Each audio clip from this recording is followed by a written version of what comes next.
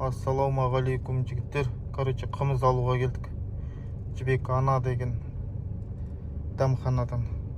Короче, Байсерке бойынша қымыздың каталогын осы жерде сатады дейді.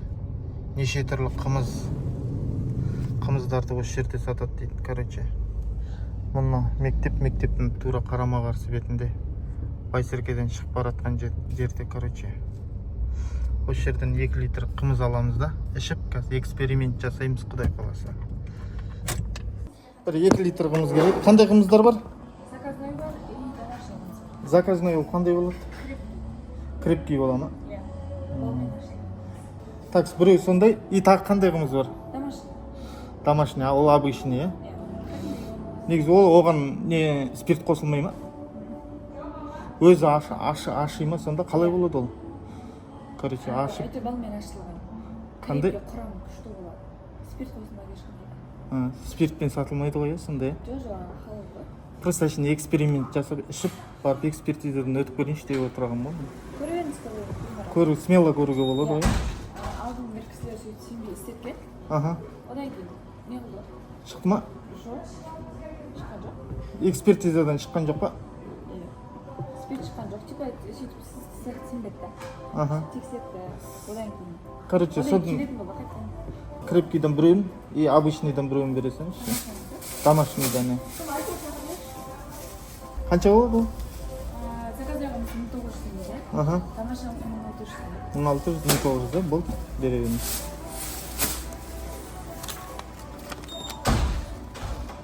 Видеоға түсіп тұр, ештеңе қылмайтын шығар. Сіз түсіріп атқан жоқпын. Ашын осы жерде да. Мұны камера. Ештеңе қылмайтын шығар. Жалғыз жасап жүрмейтін шығар. Сізге 1 литр заказной, 1 литр домашний ма? Иә, домашний. Қанша болды? 3500 болады. 3500. Как раз. Сіздікі мына 2 литр заказ. Тағы қымыздың қандай түрлері болады? Бұдан басқа сол 2 апта тұр ма сізде? Заказной и обычный и болды. Сосын басқа тағы қандай түрі бар? Балғымыз бар. Балғымыз? Балғымыздар. Магазинский ғой, ішіне бал қосылған, иә?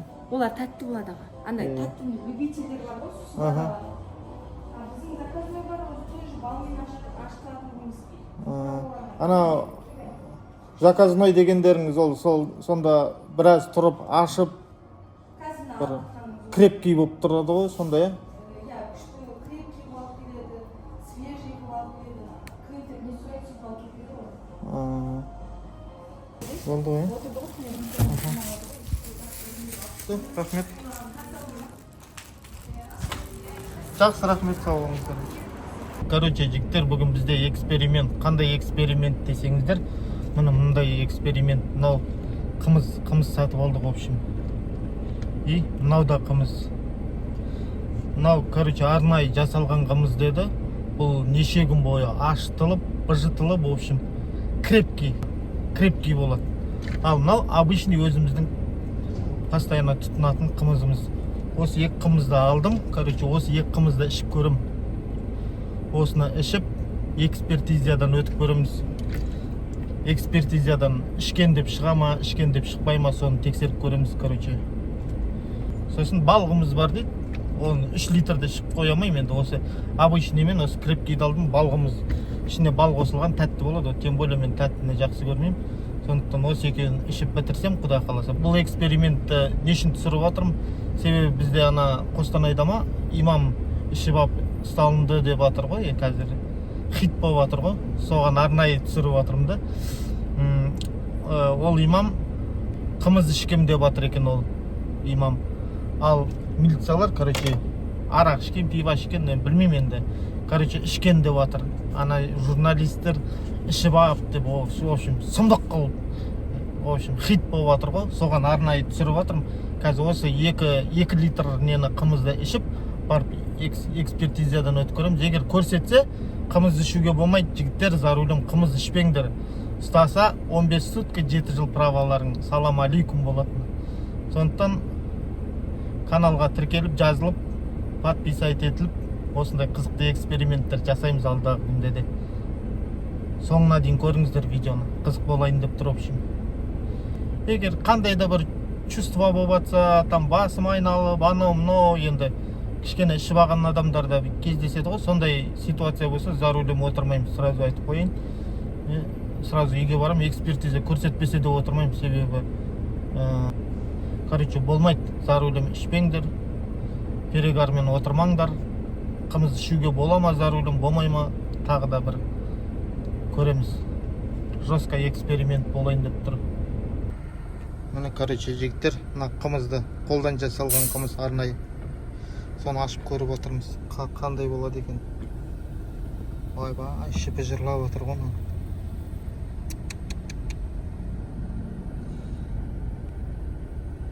Бана бірінші рет ашқан кезде түтін шыққан еді, ішінен түтін сияқты бір нәрсе. Осы ысытылған ба, короче. Сондай сияқты. Короче, жігіттер, арнайы жасалған қымызды ішіп көреміз. Дәмі қандай екенін қазір айтам.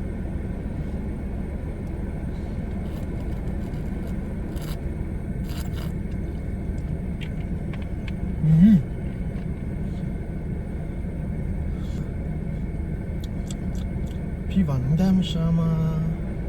Бір спирттің дәмі шығатын сияқты. Бір дәм бар, кішкентай дәм. Енді крепкий емес, сәл-сәл бар. Енді ол пива деп мен сіздерге нақты айтып атқан жоқ, мүмкін өзінің крепкий дәмі да болуы мүмкін. Андай безалкогольный пива деген сияқты бар ғой, примерно. Короче, жігіттер, осындай жерде жүрміз, таудың төбесінде подиялам. Менің қымызым әлі біткен жоқ, кішкентай қалды, әлі ішіп жүрмін. Дәмі қандай айтайын ба мен сіздерге?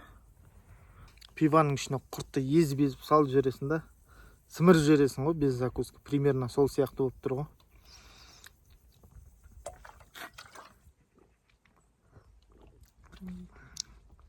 Айбай, арнайы жасалған қымыз деген сынды ғой екен.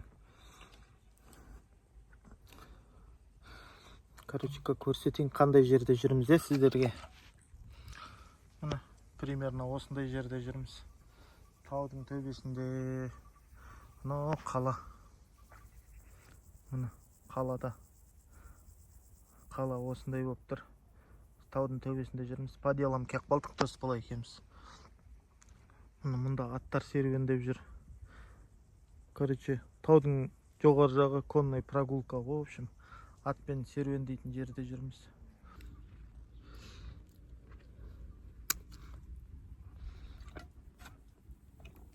Как будто пиваны құртпен закусывать етіп атқан сияқтысың ғой.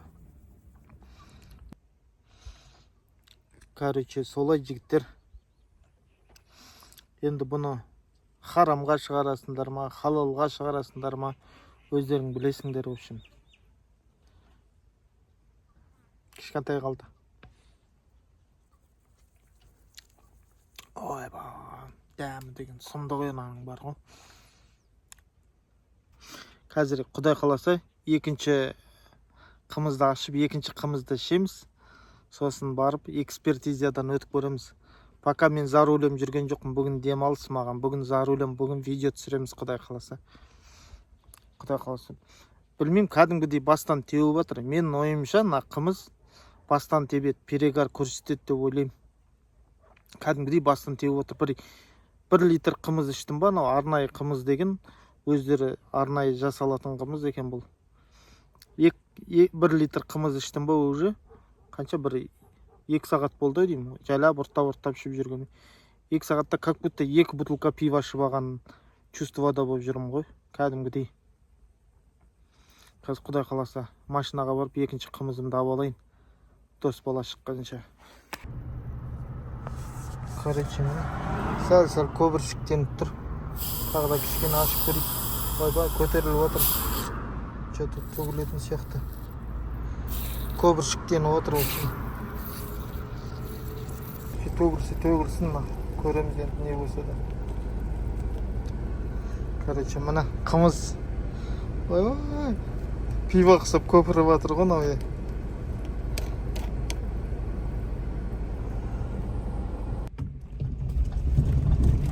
Короче, мынандай жерлер бар екен.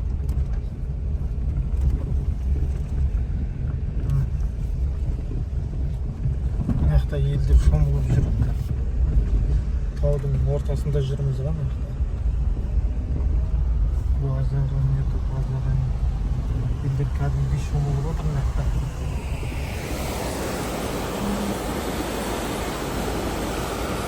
Мына платина жарылды деген осы платина екен, бел платина екен. Короче, біз мына жолға қайтадан шығып баратырмыз.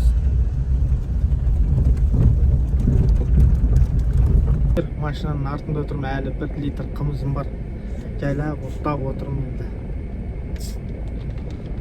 Қазір тағы бір жерге келдік. Тағы бір тірлік бар, соны бітіріп кетуге келдік.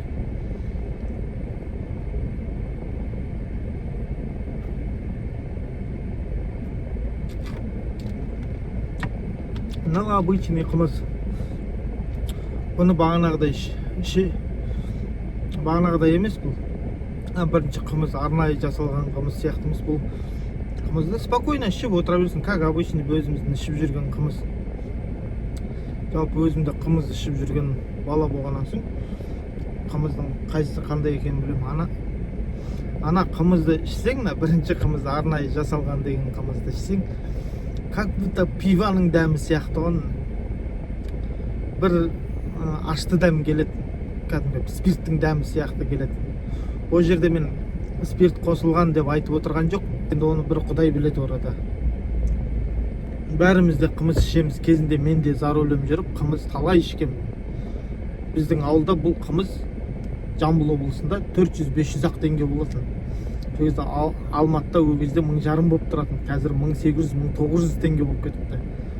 Осыдан бір 5-6 жыл бұрын біз жақта 400-500 теңгелік қымыз болды. Бұл қымыздарды мен сол кезде алып, зар өлем отырып қойып, 2 литрін алып қойып қойып, ішіп жүретім кәдімгідей. Қонаққа барсаң да қазір арақсыз той өткізейік деп, мысалы қымыз береді дегендей. Сол жаңағы қымыз кәдімгідей менің басымнан тепті. Сұмдық тепті, кәдімгідей под градусам жүрген, енді мас болып қалмасам да под градусам, мысалы қазір спокойно сөйлеп отырмын ғой, кәдімгідей под градусам отырған, экранға да сезіліп тұрған шығар, под градусам болып қалдым. Мына екіншісін ішіп жатырмын. Бұл енді ондай емес. Бұл как обычный қымыз сияқты ішіп отырмын.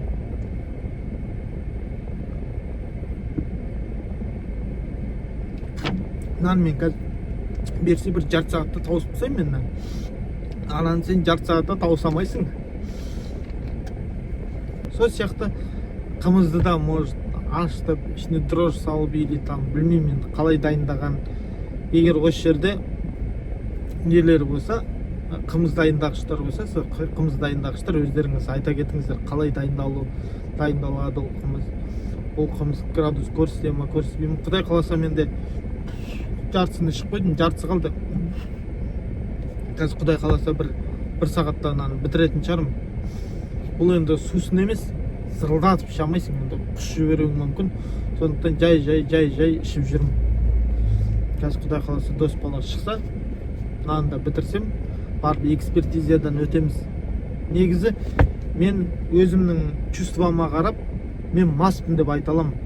Под градусам отырмын деп айта аламын. Себебі қарап отырсаң, кәдімгідей менде градус бар. Өзім сезініп отырмын да, примерно бір 2 бутылка пиваның градусы бар менде. 2 бутылка, 3 бутылканың градусы бар. Кәдімгідей под кайфам отырмын ғой. Құдай қаласа каналға тіркеліп, жазылып, подписать етіліп отырыңыздар. Жігіттер, қазір көреміз. Видеоның соңында не болатын. Барып экспертизадан өтіп көреміз. Короче, жігіттер, уже 2 литр қымызымыз бітті. Мынау ана 1 литр қымыз сияқты теппейді екен мынау. Как обычный, суық сатып пытырлатып тастады мынаны.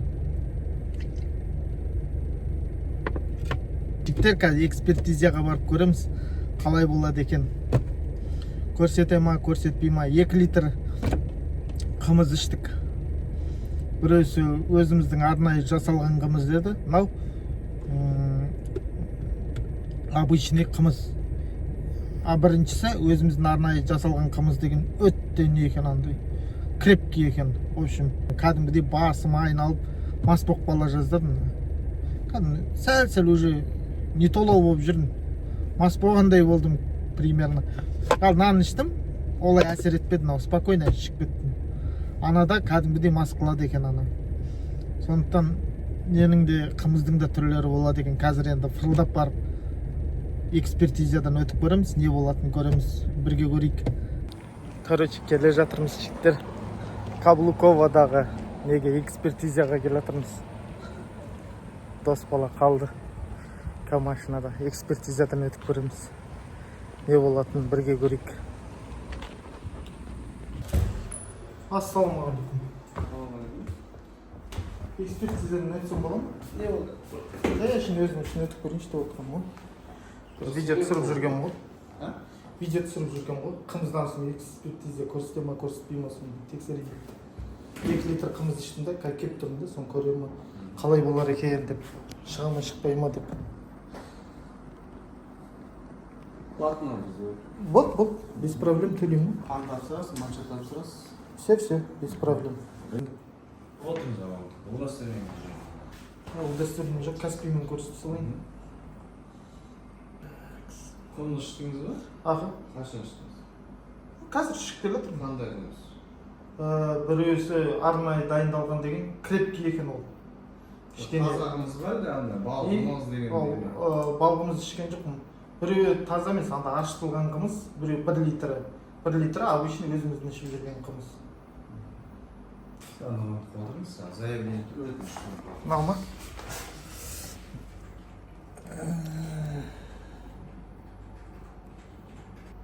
Бірақ мощный екен аналардың қымыздары, такс. Куәландыру күні таза болғанда сол ашытып, быжытып, сөйтіп істейді ау деймін анау. Такс. Білмеймін, анда рецептін сұрамадым, айтпайтын да шығар олар. Куәландыру бүгін қаншасы өзі? 27-сі. Тоқтама ермен плотно қысасыз и үрлеп тұрасыз 5 секунд.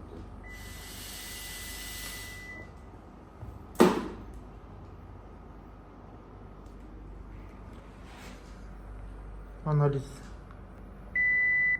0,21. Жаңа ғана шығып берілді. Енді 5 минуттан кейін, 10 минуттан кейін үрлеп қойып қазір көрсетіп. Мынау 0,21 примерно кішкене бар деп тұрмасын да? Астықты іштің, Ал? кішкене бар. Кішкене бар деп тұр, көрсетеді ғой, значит. Білмейміз да біз. Кей кезде мысалы ішіп жүреміз, ауылда жүрген кезде. Қымыз ішіп аласың да, машинаны отырып кетіп Таза кәдімгідей таза табиғи жолмен алған қымызда алкоголь болмайды. алкоголь. Мына аппарат алкоголь концентрация алкоголь.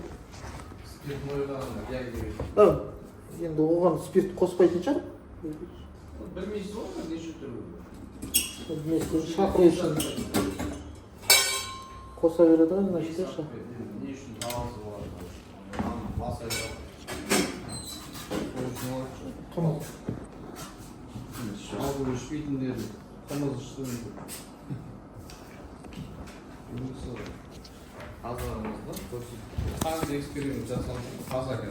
Таза. Табиғи жолмен жасалған табиғи қымыздарды. Онда келесі жолы онымен де бір көрейін мен, бірақ сол таза қымыздан көрсетпей қалатын шығар, может андай крепкий қымыздан көрсететін шығар деп сол крепкий қымызды ішіп көрдім да, бірақ кәдімгідей ішінен спирттің дәмі шығатын сияқты маған, бірақ енді өздерінен сұрадым, құдай сақшасын, ондай қоспаймыз деп отырды олар.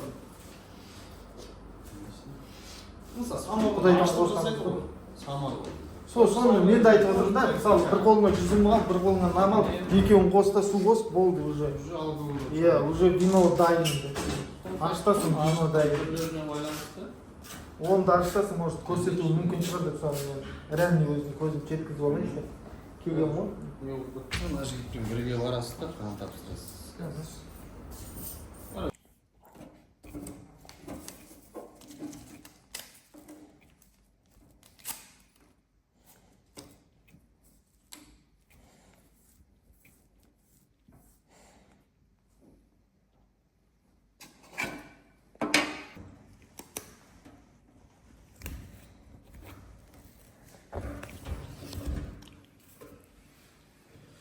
Uzun. Мына қарайсыз ручка көзбен. Ручка қалай болады, сонда қарайсыз, көзбен қараймыз. Басты ұрмаймыз.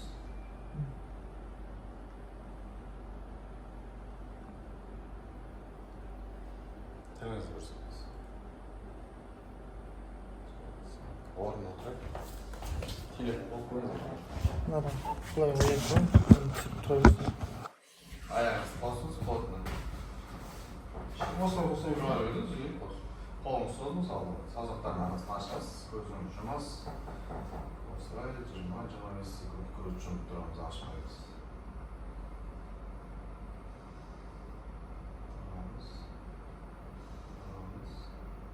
Екінші саусақпен указательный пальцем мұрын ұшына тигізесіз. Оң қол. Оң қол? Указательный, екінші. Келесі. Келесі сол қол. Оң қол түсіріңіз, сол қол тигізесіз. Қолыңыз түсіріңіз. Вот, отырыңыз. Интоксикация белгілері бар, көрініп видеоны нагруждение. Ага.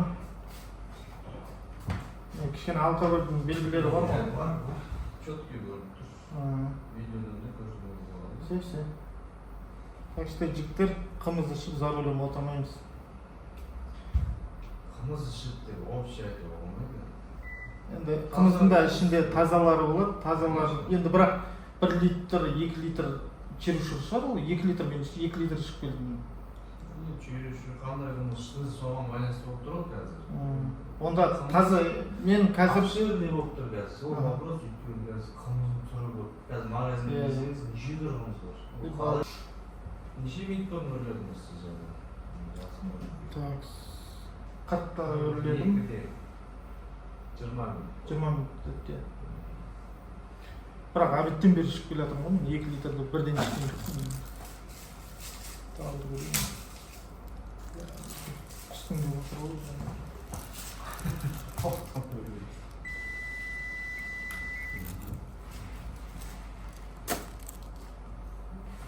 Әлі бар. Анализ жүріп жатса, значит, концентрация алкоголь бар деген сөз. 0,12. Уже азайып келеді. Сен ішіп кірдім дедіңіз ғой, мен сізге айттым. Ішесің жарты сағаттан соң жоғалып кетеді ғой, жоғалып кетпейді, бірақ бәрібір қалады, нелері. Қаннан көріңіз? Қандай результат? Қаннан?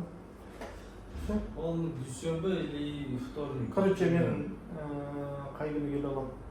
Ертең ары күні дүйсенбіден Астанаға кетіп қалуым мүмкін. Бір аптадан соң келсем де тұра беретін шығар, кетіп қалмайтын шығар, ешқайда. Или біреу алып кете ма? Алып кетуге бола ма? Жоқ, ешкімге бермейсің. Бермеймін ма? Өзіме ғана ма? Өзіме кассаға төлеп, анда бізге айтасыз. Все.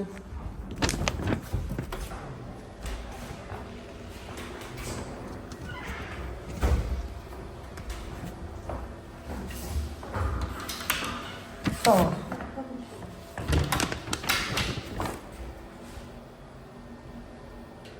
Қанша? 11.900. 5200 теңге тұрады қан. Матча 4 теңге Так. Расценкаңызды бере алыңызшы. Қысқасы жігіттер, қымызды ішкенде абай болыңдар, перегар көрсетеді, бірақ қаннан матчадан көрсетпейді. Сол себепті дәлелдеуге тура келеді. Ішіп за рулем отырмаңдар. Видеоны бастан аяқ толық көрсеңдер, түсінесіңдер. Каналға тіркеліп, жазылып, лайктарыңызды басып, сұрақтарыңызды қойып, комментарий жазып отырыңыздар. Сау саламат болыңыздар.